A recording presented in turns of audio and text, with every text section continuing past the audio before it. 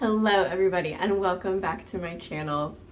So I have a really cool harp story that I am very excited to share with you. But I just wanted to give you a little bit of background real quick as some caveats to this video. I am sick with COVID. My kids are all sick with COVID. It's been a pretty intense week. So obviously we're all home and there might be some random noises. I might have coughs. It's a whole thing this week. So just to prepare you. And now let's jump into the video. So today I have another fun harp thing. So I got this one off of eBay. It was less than $300, which is a great price. And it has 26 strings and is pretty big, as you can see from my giant box. Yeah, I don't know what it's gonna be like. For less than $300, you know, it's probably not that great, but let's open it up and find out. Okay, here we go. All right. It's full of packing peanuts. Fun. I always love cleaning up my living room after these adventures. Just now, we're just gonna have to dump packing peanuts everywhere. Okay, let's do it. Okay, we're gonna try this. Trash bag on the end. And we're gonna tip it over. And hopefully most of the peanuts was not as effective as I hoped.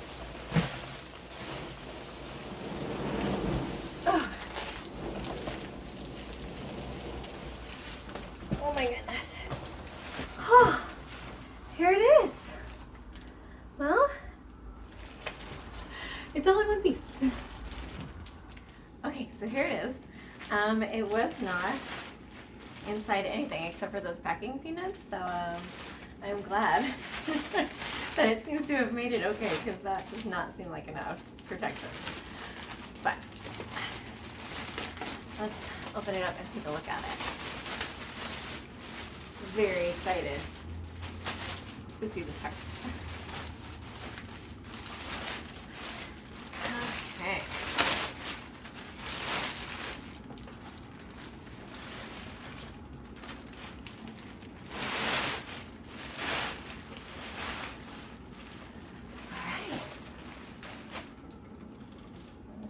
Wow. Okay, so it's gorgeous. This is really a super pretty harp. I have so many questions. So there's a brand name up here, Brady. And I did some searching online because I saw that was the name of the harp on the eBay auction. And I cannot find any information on it. I don't have any idea what Brady means or where that came from. Okay, so these tuning pins are obviously really old. They're pretty rusted. So it's gotta be an older folk harp. The F strings look almost black. I think they might be black. Sometimes on pedal harps you find black F strings instead of blue. So that's super interesting. Wow. This is just an interesting harp. Okay, so it's got these like super lovely sound hole rosettes, which are just absolutely gorgeous. I love those. And we're missing a couple strings. And I believe the bridge pins are made of wood, which I have never seen before. That's something. This is such a strange harp, but I'm really enjoying it. It kind of looks like it must have been broken and repaired at some point, because this does not, this joint right here, look like it was original. It looks like it might be repair work. Because as you can see, like it kind of swallows up these tuning pins, but these are unaffected, which is very interesting. And then on this side, you can also see, oh yeah, I can see the crack. This harp pretty clearly had a cracked neck at some point in time, because there's also a crack up underneath here. Wow, so this harp has been through a lot. But somebody cared about it enough to get it repaired, which is really sweet. Okay, so this is perhaps one of my absolute favorite eBay harp finds. This is just, it has the neatest story behind it. So I was going through a phase for a little while where if I saw a 26-string harp on eBay or Shop Goodwill or something like that, I would pick it up because I was really excited to have some students or like a small little harp circle that I wanted to start. So, I wanted to have some extra 26-string harps floating around because I think they're a good size for a lot of people to start on. So I saw this harp and I thought that it looked really pretty and it was a very good price. So even though it's had some repairs, I thought it was probably worth it. And boy, I did not know what I was getting into. When this harp arrived, I started doing some research, and at first it was really hard because if you Google Brady harp, all you come up with is a weatherman named Brady Harp. He's apparently very good at what he does. But you don't learn a lot about this instrument. So I finally made a breakthrough by talking to a friend of mine in the harp world. And he pointed me in the direction of this store called Lobo's Trading Post up in Washington. And I've done some Googling and I'm not sure that this store still exists, but maybe it does. It definitely does not have an online presence. So yeah, I don't know if it's still there. Might be, might not be.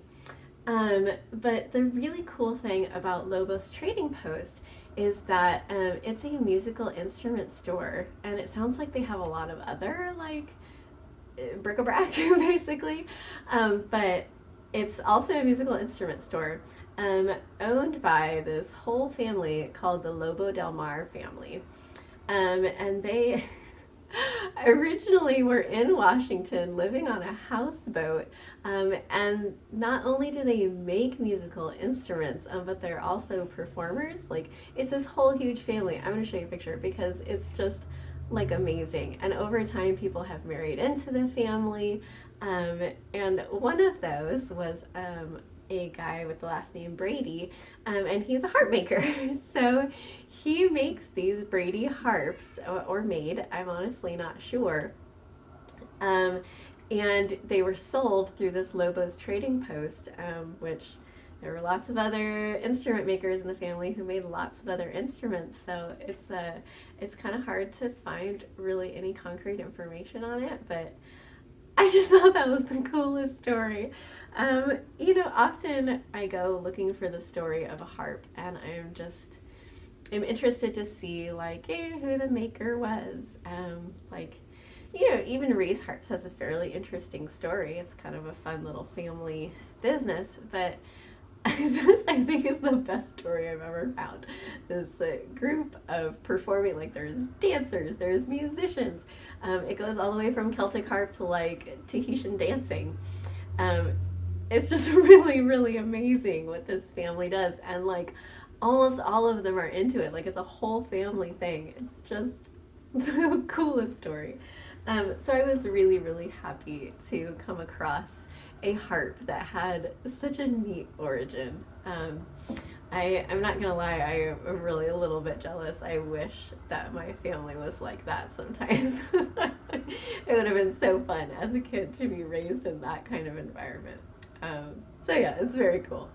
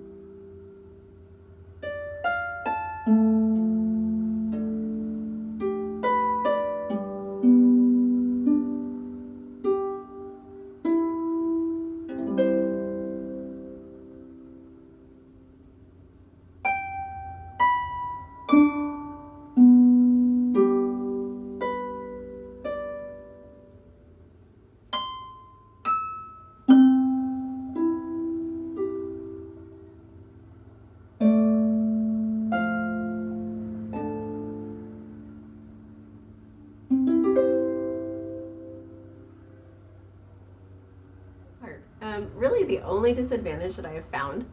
And I think this is something to think about if you're looking to get a more uniquely shaped harp. This little tail down here at the end um, makes it almost impossible to put this harp on a stool to put it at a comfortable playing height, which is kind of a big bummer because to me that makes a really big difference.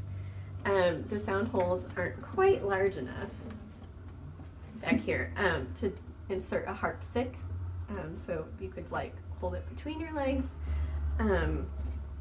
So yeah, that just makes it really kind of awkward to handle. You've either got to like hold it tight with your knees, or you've got to sit it up on top of your knees, which is what I've been doing, but it's not a very comfortable height for me.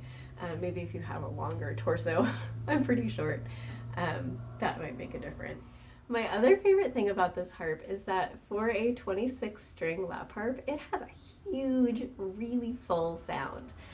I have no idea what this is made out of. I literally bought this for $300. But it sounds really, really good. To me, it's probably one of the better 6-string or 26-string harps sound-wise that I have. My other favorite one is the Music Maker's Limerick, which I think is just beautiful. But this one really is amazing also. So there you have it.